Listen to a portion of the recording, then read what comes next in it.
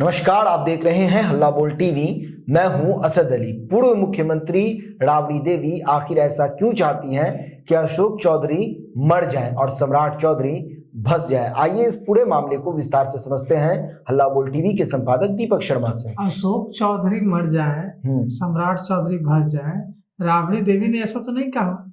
यह आरोप राबड़ी देवी पर लगा रहे हैं अशोक चौधरी जी।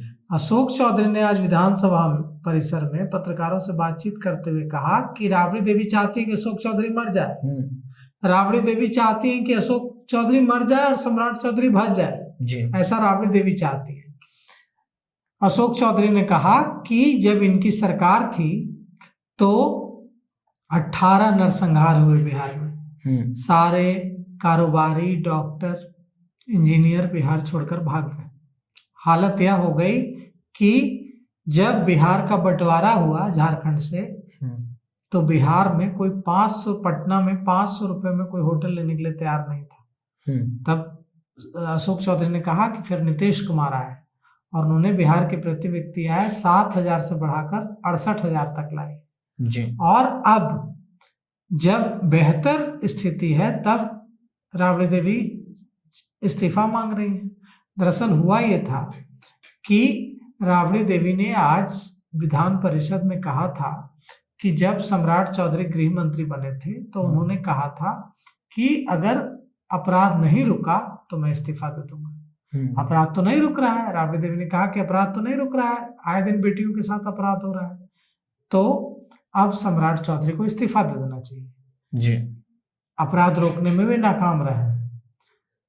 तो इसके जवाब में अशोक चौधरी का यह बयान आता है। आज आरजेडी के एमएलसी सुनील सिंह ने भी बेटियों के खिलाफ, महिलाओं के खिलाफ जो अपराध बढ़ रहे हैं, क्राइम अगेंस्ट वुमन बढ़ रहे हैं, उसका मुद्दा उठाया। कहा आरजेडी एमएलसी सुनील सिंह ने कि चालक ध्यान दें, शिक्षा मंत्री की गाड़ी परिषद को तो मिला। चालक ध्यान दें, शिक्षा मंत्री की गाड़ी परिषद को तो मिला। चालक ध्यान दें, शिक्षा मंत्री की गाड़ी परिषद को तो मिला। चोट लग रहा है। अरे माइक पीछे करो। अपराध रुकने का नाम नहीं ले रहा है। अपराध रुकने का नाम नहीं ले रहा है। घटनाएं हुई है, ये नहीं कहते ऑर्गेनाइज्ड क्राइम नहीं हो रहा है, और जो भी क्राइम हो रहा है उस पर सरकार सख्ती से एक्ट कर रही है। लोगों का असेंबली चल रहा है, लोगों का कहना अपनी होगा, लेकिन इस प्रदेश में कोई भी ऐसा पदाधिकारी, ऐसा कोई भी राजनेता जो सत्ता के साथ जुड़ा हुआ है वो अपराधियों को न संरक्षण देता है, न अपराधियों की वकालत करता है, न अपराध में किसी तरह की पैरवी करता है। राबड़ी देवी कह रही है सम्राट चौधरी को इस्तीफा दे देना चाहिए। वो बहुत दिन से कर रहे हैं, वो तो बहुत दिन से चाह रही हैं कि सम्राट जी भस जाएं, अशोक चौधरी जी मर जाएं, तो उनके चाहने से नहीं ना होगा। मंत्री का ब्रेन लेस बता रही है। हाँ, तो वो सब, हाँ तो वो सब है, वो ब्रेन है उनके। 15 साल में कितना ब्रेन उन लोग यूज किए, जबकि उनके पास ब्रेन था, उनके पास ब्रेन था और उनके पास सब कुछ रहते हुए उन 15 साल में 118 नरसंहार हुआ। इस प्रदेश के तमाम डॉक्टर, इंजीनियर और इस प्रदेश के व्यापारी बिहार छोड़कर भाग गए। जब बिहार का बंटवारा हुआ तो यही पटना के होटलों का 1,500 रुपया में कोई कमरा लेने को तैयार नहीं था। और आज देख लीजिए कि बिहार की क्या स्थिति है। 7,000 से 68,000 प्रति व्यक्ति आए माननीय नेता नीतीश कुमार ने पहुंचाया है। और जो बात राबड़ी देवी जी कर रही हैं उसका स्पष्ट रूप से गृह मंत्री जी ने जवाब दिया है। बिहार पुलिस का था कि जो घटनाएं घटी है उस पर पूरी जानकारी दी जाती थी, लेकिन अब बिहार पुलिस नहीं कर रही है। नहीं हो जाएगा, उसमें क्या कोई बहुत अच्छी बड़ी बात नहीं है। नहीं हो पा रहा होगा, माननीय गृह मंत्री जी से हम आग्रह करेंगे कि प्रेस ब्रीफिंग प्रॉपर होना चाहिए हर हफ्ते। आरजेडी के लोग कह रहे हैं कि सत्ता नहीं संभल रहा है और तेजस्वी को सौंप दिया है।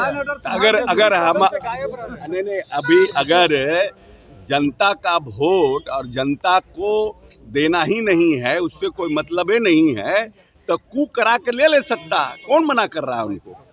अगर ऐसा लगता है कि भाई आप दे दीजिए, तो हम लोग देने वाले थोड़ी हैं, हम लोग तो जनता ने बनाया हमको है।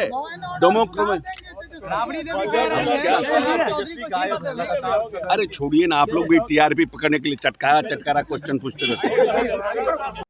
एक घटना होती है सिमरी बख्तियारपुर में जी कि एक व्यक्ति की बेटी गायब हो जाती है। जब वो थाने पहुंचता है तो थाने में पुलिस उसको कहती है कि तुम्हारी बेटी कहीं गई होगी, 1-2 महीने में मौज मस्ती करके आ जाएगी। ये क्या है? क्या ऐसी पुलिस से हम उम्मीद करते हैं कि उसकी बेटी को बरामद करेगी? तो उन्होंने यह भी मांग उठाई सुनील सिंह ने कि यह जो बेटी गायब है, इसको हम मांग करते हैं सदन में कि सरकार उसको यह सुनिश्चित करे कि बेटी को जहां भी है उसको वापस उसके परिजनों को उसको बरामद करके परिजनों को माता पिता को सौंपा जाए। जी तो साथ ही साथ आज सदन में जो फुलवारी में एक लड़की की जो जान गई है कल, जी उसका मामला भी आज उठा। फुलवारी में छत से एक लड़की फेंक दी गई और वो नीचे गिरी और उसकी जान चली गई। इस मामले को लेकर भी, क्योंकि लड़की कोचिंग में पढ़ने गई थी और 10 दिन पहले ही या कुछ दिन पहले ही कोचिंग में उसने एडमिशन लिया जी और वो दिख रहा है कि वो लड़की जा रही है ऊपर और उसके पीछे दौड़ते हुए 2 लड़के भी जा रहे हैं और फिर वो लड़की नीचे गिरती हुई दिख रही है जी और फिर उसके बाद वो दोनों लड़के भागते हुए आते हैं, लड़की की लाश को देखते हैं और फिर भाग जाते हैं। इस मामले में पुलिस कार्रवाई कर रही है, कई लोगों को हिरासत में लिया गया है, जांच पड़ताल की जा रही है। लेकिन ऐसी जो घटनाएं हैं, इससे भरोसा खिलता है अभिभावकों का, जो अपनी बेटी को दूर दराज बिहार के 38 जिलों से बेटियां पढ़ने पटना आती हैं, क्योंकि पटना में बेहतर इंफ्रास्ट्रक्चर है, बेहतर फैकल्टी टीचर है, बेहतर कोचिंग संस्थान है। तो ऐसे में बेटियों के पिता